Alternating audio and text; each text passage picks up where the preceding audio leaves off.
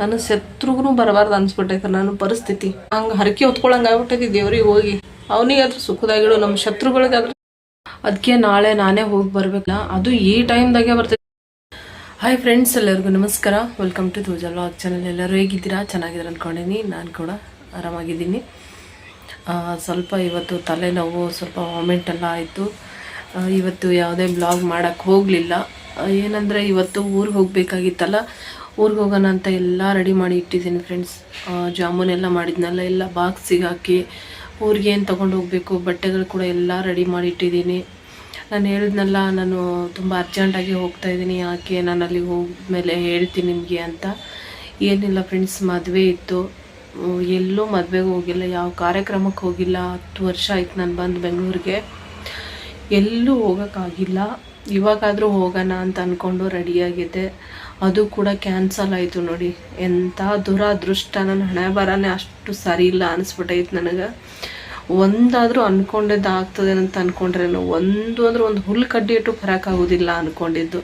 ಏನಂದರೆ ಏನೂ ಆಗೋದಿಲ್ಲ.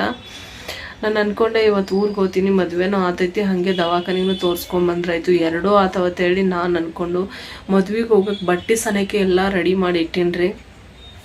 ಎಲ್ಲ ಬ್ಯಾಗ್ ಎಲ್ಲ ರೆಡಿ ಮಾಡಿಕೊಂಡು ಹೋಗೋಣ ಅಂತ ರೆಡಿ ಆದರೆ ಕ್ಯಾನ್ಸಲ್ ಆಗ್ಬಿಡ್ತು.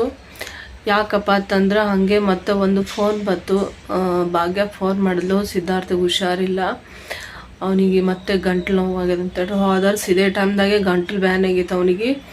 ಮತ್ತು ಈ ವರ್ಷನೂ ಹಾಗೆ ಆಗ್ಯದ ಅಂತ ಹೇಳಿದ್ರೆ ಫೋನ್ ಮಾಡಿದಾಡ್ರೆ. ಹಾಗಾಗಿ ನಾನು ಹೋಗೋದು ಬಿಟ್ಟೆ. ಮತ್ತು ಇವತ್ತೇ ಹೋಗ್ಬೇಕಾಗಿದ್ರೆ ಸ್ವಲ್ಪ ಲೇಟಾಗಿ ಫೋನ್ ಮಾಡಿದಳ್ರಿಕಿ. ಹಾಗಾಗಿ ನನಗೆ ಅಲ್ಲಿಗೆ ಹೋಗೋದಕ್ಕೆ ಹೊತ್ತು ಮುಳುಗ್ತೈತಿ. ಆಮೇಲೆ ಅವ್ನಿಗೆ ಹೊರಗೆ ಬಿಡೋದಿಲ್ಲರಿ ಅವರು. ಮತ್ತು ನಾನು ಹೋಗಿ ತಂಡಾಗಿ ಎಲ್ಲಿ ಒದ್ದಾಡೋದು ಅಂತ ಹೇಳಿಬಿಟ್ಟು ಇವತ್ತು ಹೋಲಿಲ್ರಿ, ನಾಳೆಗೆ ಎಟ್ಟೊತ್ತಿದ್ರು ನಾನು ಹೋಗಬೇಕು. ಗುರುವಾರ ಹೋಗಿ ಕರ್ಕೊಂಬರೋದ ಅಥವಾ ಅಲ್ಲಿ ಹಾಸ್ಪಿಟ್ಲಿಗೆ ಏನಾದರೂ ತೋರಿಸೋದ ನೋಡಬೇಕು. ಯಾಕಿಷ್ಟು ಕಾಡಾಕತ್ತದ ಅನ್ನೋದು ನನಗೆ ಗೊತ್ತಾಗಲಾಗೈತಿ. ಒಂದು ಬಿಡಾನ ಒಂದು ಕಾಡ್ಲಾಕತ್ತದ ನೋಡ್ರಿ. ಈಗ ನಂದರ ಒಂದು ಸುದ್ದು ಮಾಡ್ಕೋಬೇಕ ತಯಾರಾಗಿತ್ತೀನಿ, ಅದು ಆಗೋವಲ್ದ.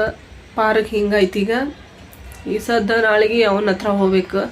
ಅವನ ಹತ್ರ ಹೋಗಿ ಅವನಿಗೆ ಏನಾಗೈತಿ ಅಂತ ನೋಡಿ ತೋರಿಸಿ ಅಥವಾ ಅಲ್ಲೇ ತೋರಿಸ್ಬರೋದ ಕರ್ಕೊಂಬರೋದ ನೋಡಬೇಕು. ನನಗೆ ಒಂದಂತೂ ಅರ್ಥ ಆಗಲಾಗಿತ್ತು, ಯಾಕೆ ಇಷ್ಟು ಕಾಡಾಕತ್ತೈತಿ, ಏನು ಇದ್ದಿರ್ಬೋದು ಅಂತ ಹಿಂಗೆ ಅನ್ಸಾಕತ್ತೈತಿ ನನಗೆ. ಎಷ್ಟು ಹಣೆಬರೇ ಸುಮಾರು ಇದ್ದಿರ್ಬೇಕು ನಂದು. ಅಲ್ಲ, ಕಾಡು ಟೈಮ್ ಅಂತಂದ್ರೂ ಎಷ್ಟರೇ ಕಾಡು ಟೈಮ್ ಇರಬೇಕು, ಎಂಥ ಖರಾಬ್ ಟೈಮ್. ನನಗಾರ ಒಂದು ತೀಲಾರ್ದಂಗೆ ಆಗೈತ್ರಿ ಇದು. ಮನುಷ್ಯರಿಗೆ ಕಾಡ್ತೈತಿ, ಮನುಷ್ಯರು ಬಿಟ್ಟು ಇನ್ನು ಮರಕ್ಕೆ ಕಲ್ಲಿಗೆ ಬರ್ತದನಂತ ಅಂತಾರ. ಖರೆ ಕಾಡ್ಬೇಕ್ರಿ, ಇಲ್ಲ ಅಂತಲ್ಲ. 3 ವರ್ಷ ಆಯ್ತು ರೀ ಇದು ಕಾಡಾಕತ್ತೈತಿ. ನನಗೇನಾರು ಆಗಲಕ್ರಿ, ನಾನು ಸಹಿಸ್ಕೋತೀನಿ. ನನಗೇನು ಅಷ್ಟೊಂದು ಏನು ಅನ್ಸಲ್ಲ. ನನಗೆ ಈಗ 3 ವರ್ಷ ಆಯ್ತು ಇದು ಅನುಭವಿಸಿ. ನನಗೆ ಹೋಗ್ಲಿ ಬಿಡಿದು, ಇಷ್ಟೇ ಜೀವನ ಅನ್ನಂಗೆ ಆಗ್ಬಿಟ್ಟೈತಿ. ನನ್ನ ಹಣೆ ಬರ ಚೋಲ ಇಲ್ಲ, ನಾನು ಹಿಂಗೆ ಹೋಗ್ಬಿಡ್ತೈತಿ ಬಿಡ ಅನ್ನಂಗೆ ಆಗೈತಿ. ಕಡೆಗೆ ಒಂದಿಲ್ಲ ಒಂದು ದಿವಸ ಸುದ್ದ ಆಗ್ತೈತೆ ಅನ್ನೋ ಭರವಸೆ ಒಂದು. ಅದು ಬಿಟ್ರೆ ಈ ಮಕ್ಳಿಗೂ ಹಿಂಗೆ ಯಾಕೆ ಕಾಡ್ಲಾಗತ್ತದ ನಂಗೆ ಅನಿಸ್ಬಿಡ್ತೈತಿ ನನಗೆ. ಈಗ ನೋಡ್ರಿ, ಈಗ ಎಕ್ಸಾಮ್ ಟೈಮ್ ಇನ್ನು ಹತ್ತಿರ ಬರ್ತವೆ, ಇನ್ನು ಓದ್ಕೊಳ್ಳೋದಿರ್ತೈತಿ, ಬರೀದಿರ್ತೈತಿ. ಈ ಟೈಮ್ದಾಗ ಅವ್ರಿಗೆ ಹುಷಾರಿಲ್ಲ ಅಂತ ಆದಾಗ ಮುಂದೆ ಅವ್ರು ಎಕ್ಸಾಮ್ ಮಾತ್ರ ಹೆಂಗೆ ಬರೀತಾರೆ, ಅವ್ರು ಹೆಂಗೆ ಖುಷಿಯಾಗಿರೋಕೆ ಆಕೈತಿ. ಆ ಟೈಮ್ದಾಗ ಈ ಸದ್ದ ಸಾಲಿ ಬಿಟ್ಟು ಅವ್ನು ಮನ್ಕೊಂಡಾನಂತ್ರಿ, ಅಲ್ಲಿ ಸಾಲಿಗೆ ಹೋಗಿಲ್ಲ ಅಂತ. ಮತ್ತು ಹಿಂಗೆ ಮನ್ಕೊಂಡಾಗ ಅಲ್ಲಿದು ಹೆಂಗೆ ಆಕೈತ್ರಿ, ಅವನ ಆರೋಗ್ಯ ಏನಾಗೈತೆ ಅನ್ನೋದು ನಮ್ಗೆ ಗೊತ್ತಿಲ್ಲ. ಚಳಿ ಜ್ವರ ಬಂದವಂತ ಒಂದು ದಿವಸ ಹೇಳ್ದೆ, ದವಾಖಾನೆ ತೋರಿಸ್ಕೊಂಡಿದ್ದು ಬಿಡವ ಆರಾಮಾಗ್ತದೆ ಅಂತ ಬಿಟ್ಟೆ.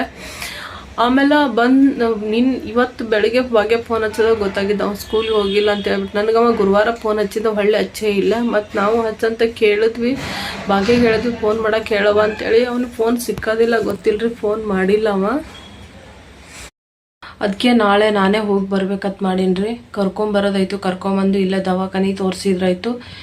ಇಲ್ಲಪ್ಪ ಅಂದ್ರೆ ಸ್ವಲ್ಪ ಏನಾದರೂ ಆರಾಮ್ ಅನಿಸಿತ್ತಪ್ಪ ಅಂತಂದ್ರೆ ಮತ್ತು ಅಲ್ಲೇ ತೋರಿಸಿ ಬಿಟ್ಟು ಬರ್ಬೇಕ್ರಿ. ಏನಂದ್ರೆ ನಮ್ಗೀಗ ಎಕ್ಸಾಮ್ ಟೈಮ್ ಅನ್ನೋದಕ್ಕಿಂತ ಅವನು ಆರೋಗ್ಯವಾಗಿದ್ರೆ ಸಾಕು ಅನ್ನಂಗೆ ಅಲಕತ್ತೈತಿ. ಯಾಕಂದ್ರೆ ಸಡನ್ನಾಗಿ ಗಂಟಲು ನೋವೇ ಬರತೈತ್ರಿ, ಏನಂತ ಗೊತ್ತಿಲ್ಲ. ಅದು ಈ ಟೈಮ್ದಾಗೆ ಬರ್ತೈತ್ರಿ. ಹೋದ್ರೂ ಇದೇ ಟೈಮ್ದಾಗೆ ಆಗಿತ್ತು, ಈಗೂ ಇದೇ ಟೈಮ್ದಾಗೆ ಆಗ್ಯದ. ಅದೇ ನಮ್ಗೊಂಥರ ವಿಚಿತ್ರ ಅನ್ಸಾಗತ್ತೈತಿ. ಒಟ್ಟು ಯಾಕೆ ಹಿಂಗೆ ಆಗ್ತೈತಿ ಇಂತಿಂಥ ಟೈಮ್ಗಳ್ದಾಗೆ, ಭಾಳ ಅಂದ್ರೆ ಭಾಳ ವಿಚಿತ್ರ ಅನ್ಸಾಕತ್ತೈತ್ರಿ. ಏನಾರೇ ಇರ್ಬೋದು ಅಂತ ಹಿಂಗೆ ಹುಚ್ಚು ವಿಚಾರ ಅಂದ್ರೆ ಅಷ್ಟು ಹುಚ್ಚು ವಿಚಾರ ಆಗೈತ್ರಿ ಇವತ್ತು ನನಗೆ. ವಿಚಾರ ಮಾಡಿ ತಲೆ ಎದ್ದು ವಾಮಿಂಟ್ ಆಗಿ ಧ್ವನಿ ಸನಕ ಬರೋವಲ್ದು. ಇವತ್ತು ಅಷ್ಟು ವಾಮಿಂಟ್ ಆಗೈತ್ರಿ. ಇಡೀ ದಿವಸ ಬರೀ ವಾಂತಿ ಮಾಡ್ಕೊಳ್ಳೋದಾಗೈತಿ ನನ್ನ ಕೆಲಸ. ಸಿಕ್ಕಾಪಟ್ಟೆ ತಲೆನೋವು ಬಂದ್ಬಿಟ್ಟೈತ್ರಿ. ಟೆನ್ಷನ್ಗೆ ಅವನಿಗೆ ಆರಾಮಿಲ್ಲ ಅಂದ್ರೆ ನಾನು ಸಿಕ್ಕಾಪಟ್ಟೆ ಟೆನ್ಷನ್ ಆಗ್ಬಿಡ್ತೈತಿ. ಟೆನ್ಷನ್ ಆಗಿ ಇಡೀ ದಿವಸ ಬರೀ ಹಂಗಾಗಿತ್ತೇನು ಹಿಂಗಾಗಿತ್ತೇನು ಏನಾಗಿರ್ಬೋದು ಅಂತ ಅನ್ಕೊಂಡು ವಿಚಾರ ಮಾಡಿ ಇವತ್ತು ಪೂರಾ ತಲೆ ಎದ್ದು ಪೇಷಂಟ್ ಆಗ್ಬಿಟ್ಟಿನ್ರಿ ನಾನು. ಮಕ್ಕಳನ್ನ ದೂರ ಬಿಟ್ಟು ಮನ್ಯಾಗ ಇಲ್ಲಿ ಇರೋದೈತೆ ನೋಡ್ರಿ, ಭಾಳ ಕಷ್ಟ ಅದ. ಕಷ್ಟ ಆಗಲಿ ಸುಖ ಆಗಲಿ ಮಕ್ಕಳು ಕಣ್ಣು ಮುಂದಿದ್ರೆ ಏನು ಅನ್ಸೋದಿಲ್ಲಟ್ಟು. ಏನು ಕಲಿತಾರ ಓದ್ತಾರ ಅಂತೇಳಿ ಒಂದು ವಿಚಾರ ಮಾಡ್ಕೊಂಡು ಹಿಂಗೆ ಒಯ್ದು ಬಿಡ್ತೀವಿ. ಹಿಂಗೆ ಆದಾಗ ಮನುಷ್ಯಾಗ ಕೈಕಾಲನ್ನು ಉಸಿರ ಸತ್ತೋದಂಗೆ ಆಗ್ಬಿಡ್ತೈತ್ರಿ. ಕೈಕಾಲ ಆಡೋದಿಲ್ಲ. ಚಂದ ಕಲೀಲಿ ಅಂತ ನಮ್ಗೆ ಅನಿಸ್ತೈತಿ. ಟೈಮ್ ಇಷ್ಟು ಖರಾಬಾಗಿ ಕಾಡ್ಲಾಕತ್ತದ ನಮಗೆ. ಮಕ್ಕಳಿಗೆ ನೆಮ್ಮದಿಗೆ ಓದಕ್ಕೆ ಬಿಡವಲ್ದು, ನಮ್ಗೆ ನೆಮ್ಮದಿಗೆ ದುಡ್ಕೊಂಡು ತಿನ್ನಕ್ಕೆ ಬಿಡವಲ್ದು. ಯಾಕೆ ಇಟ್ಟು ಇದು ಬೆನ್ನು ಹತ್ತದ ನನ್ನ ಹಣಿ ಬರಕ್ಕಂತ ಗೊತ್ತಾಗಲಿಗಿತ್ತು ನನಗರೆ. ಕಡು ಟೈಮ್ ಆಯಿತು, ಏನು ನನಗೆ ಹಣಿ ಬರ ಇಟ್ಟು ಸುಮಾರು ಆಯಿತು, ಅಥವಾ ಯಾರಾದ್ರೂ ಏನಾದರೂ ಮಾಡಿದ್ರ ಅಂತ ಹಿಂಗೆ ಒಂದೊಂದು ಟೈಮ್ ಹಿಂಗೆ ಅನಿಸ್ತೈತಿ, ಒಂದೊಂದು ಟೈಮ್ ಅನಿಸ್ತೈತಿ ಯಾರು ಮಾಡ್ಲಿಕ್ಕೆ ಏನೈತಿ ಅಂತ ಒಮ್ಮೊಮ್ಮೆ ಅನಿಸ್ತೈತಿ, ಗೊತ್ತಿಲ್ಲ. ಏನೋ ಕಣ್ಣು ದೃಷ್ಟಿ ಆ ದೃಷ್ಟಿ ಈ ದೃಷ್ಟಿ ನಮ್ಗೆ ಯಾವುದು ಗೊತ್ತಿಲ್ಲ ರೀ. ಯಾವತ್ತೂ ಒಂದು ನಿಂಬೆ ಹಣ್ಣು ಇಳಿಸ್ಕೊಂಡಿದ್ದು ಗೊತ್ತಿಲ್ಲ ನಮ್ಗೆ, ಯಾವುದು ತೆಗೆದು ಒಗ್ಗಟ್ಟದ ಅಂಥದ್ದು ಇಂಥದ್ದು ಏನೂ ಗೊತ್ತಿಲ್ಲ. ಇವಾಗ ಯಾರ ಹೇಳಿದ್ರದ್ದೆಲ್ಲ ಹೆಂಗಪ್ಪ ಮಾಡೋದು ಅನ್ನಂಗೆ ಅನಿಸ್ತೈತಿ. ಆದ್ರೆ ದೇವ್ರನ್ನ ಭಾಳ ನಂಬ್ತೀನಿ ನಾ. ಸಿಕ್ಕಾಪಟ್ಟೆ ದೇವ್ರನ್ನ ನಂಬ್ತೀನಿ. ಎಲ್ಲ ದೇವ್ರನ್ನ ನಂಬಿ ಎಲ್ಲ ರೀತಿನೂ ಮಾಡಿದ್ದೀನಿ. ದೇವ್ರು ಮಾಡೋದು ಒಂದೂ ಉಳ್ದಿಲ್ಲ. ನಾನು ಅಷ್ಟು ದೇವ್ರನ್ನ ನಂಬಿ ಅಷ್ಟು ಭಕ್ತಿಯಿಂದ ಎಲ್ಲ ದೇವ್ರನ್ನ ಮಾಡ್ತೀನಿ. ಖರೆ ಒಂದೊಂದು ಸತಿ ಅನಿಸ್ತೈತಿ, ಒಬ್ಬೊಬ್ರು ಹೇಳೋ ಮಾತು ಕೇಳಿದ್ರೆ ದೇವ್ರ ಮಾಡೋರಿಗೆ ಕಾಡ್ತಾನ, ಬಗ್ಗೋರಿಗೆ ಬಗ್ಗಿಸ್ತಾನೆ ಇನ್ನ ದೇವ್ರ ಅಂತ ಹೇಳ್ಬಿಟ್ಟು ಹಂಗೆ ಅನ್ಸಕತ್ತೈತ್ರಿ. ಒಂದೊಂದು ಟೈಮ್ ದೇವ್ರು ಕಾಡೋರಿಗೆ ಇಷ್ಟು ಕಾಡ್ತಾನೆ, ಎಷ್ಟು ಪರೀಕ್ಷೆ ಮಾಡ್ತಾನೆ ನಂಗೆ ಆಗ್ಬಿಟ್ಟೈತ್ರಿ ಜೀವನದಾಗ. ಮನುಷ್ಯರಿಗೆ ಇಷ್ಟು ಪರೀಕ್ಷೆ ದೇವ್ರು ಮಾಡಾಕತ್ತಾನಂದ್ರೆ ಹೇಳೋಕ್ಕಿಲ್ಲ. ಅಷ್ಟು ಪರೀಕ್ಷೆ ಮಾಡತ್ತಾನ. ಮಾಡಲಿ, ನನಗೆ ಎಷ್ಟು ಮಾಡ್ತಾನೆ ಮಾಡಲಿ, ನಾನು ಅದನ್ನು ಸಹಿಸ್ಕೊಳಕ್ಕೆ ತಯಾರಾಗಿದ್ದೀನಿ.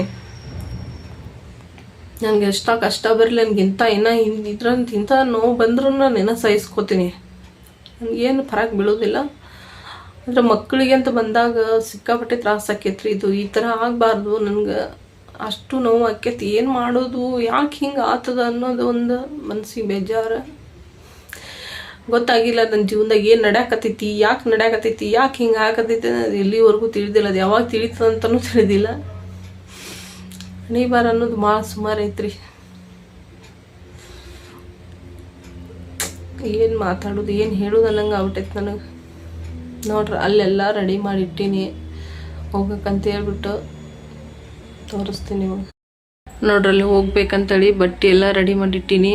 ಅಲ್ಲಿ ಜಾಮೂನ್ ಡಬ್ಬಿಗಳು ತುಂಬಿಟ್ಟೀನಿ ಎಲ್ಲ. ನೋಡ್ರಿ ಹೋಗ್ಬೇಕಂತೇಳಿ ಇವತ್ತನ್ನದ ಹಾಸ್ಕೊಂಡು ಹೊಚ್ಕೊಂಡು ಮಲ್ಕೊಂಡಿನಿ. ಆ ಚಾಪಿ ಅಲ್ಲೇ ಇಟ್ಟಿನಿ. ಆ ಚಾಪಿ ಸನಕ್ಕೆ ಎತ್ತಿ ಹೊರಗೆ ಒಯ್ಯೋದಾಗಿಲ್ಲ. ನಣ ಬರ್ಕ ಅಲ್ಲೇ ಎತ್ತಿಟ್ಟು ಕೈಕಾಲು ಮಾರು ತಗೊಂಡು ಕಸ ಹುಡುಗಿ ಎದ್ದು ಕೂತಿನ್ರಿ. ದೀಪ ಸನಕ್ಕೆ ನಾ ಹಚ್ಚಲಿಲ್ಲ, ಮನೆಯವರೇ ಹಚ್ಚಿದ್ರು.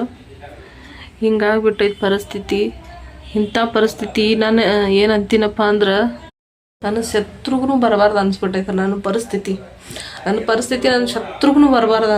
ಹಂಗೆ ದೇವ್ರಿಗೆ ಬೇಡ್ಕೊಳಂಗೆ ಆಗ್ಬಿಟ್ಟೈತೆ ನನಗೆ ಕಮ್ಮಿ ಮಾಡ್ತಾನೆಲ್ಲ ಗೊತ್ತಿಲ್ಲ. ಆದ್ರೆ ನನ್ನ ಶತ್ರುಗೂ ಇಂಥ ಪರಿಸ್ಥಿತಿ ಕೊಡಬೇಡ ಅಂತ ಅನ್ನಂಗೆ ಆಗ್ಬಿಟ್ಟೈತೆ. ನನಗೆ ಹಂಗೆ ಹರಕೆ ಹೊತ್ಕೊಳಂಗೆ ಆಗ್ಬಿಟ್ಟೈತಿ ದೇವ್ರಿಗೆ ಹೋಗಿ. ನನ್ನಂಥ ಟೈಮು, ನನ್ನಂಥ ಪರಿಸ್ಥಿತಿ ನನ್ನ ಶತ್ರುಗೂ ಕೊಡಬೇಡಪ್ಪ ದೇವ್ರೇ. ಅವನಿಗಾದ್ರೂ ಸುಖದಾಗಿಡು, ನಮ್ಮ ಶತ್ರುಗಳಿಗಾದ್ರೂ ಚಂದಾಗಿಡು ಅನ್ನಂಗೆ ಆಗ್ಬಿಟ್ಟೈತೆ. ನನ್ನ ಹಣೆ ಬರ ಅಷ್ಟು ಖರಾಬ್ ಆಗಿಬಿಟ್ಟೈತೆ ನೋಡ್ರಿ. ಯಾವ ರೀತಿ ಹೇಳಬೇಕು, ಯಾವ ರೀತಿ ಮಾತಾಡ್ಬೇಕಂತ ಇಲ್ಲಾರ್ದಂಗೆ ಆಗ್ಬಿಟ್ಟೈತಿ. ಏನಾಗುತ್ತೆ ಆಗಲ್ರಿ, ಬಂದಿದ್ದು ಹಣೆ ಬರ್ಕ ಅನುಭವಿಸ್ತೀನಿ. ನನ್ನ ಮಕ್ಕಳಿಗೆ ಚಂದಾಗಿಟ್ಟು ಚಂದ ಆರಾಮ್ ಮಾಡಿದ್ರೆ ಸಾಕಷ್ಟೇ. ಓಕೆ ಫ್ರೆಂಡ್ಸ್, ಬ್ಲಾಗ್ ಅಂತ ಏನಿಲ್ಲ, ಇಷ್ಟೇ ಮಾತಾಡೋಕ್ಕಿತ್ತು, ಅದಕ್ಕೆ ಇಷ್ಟು ವಿಡಿಯೋ ಮಾಡಿದ್ದೀನಿ. ಓಕೆ ಫ್ರೆಂಡ್ಸ್, ಬಾಯ್, ನಮಸ್ಕಾರ.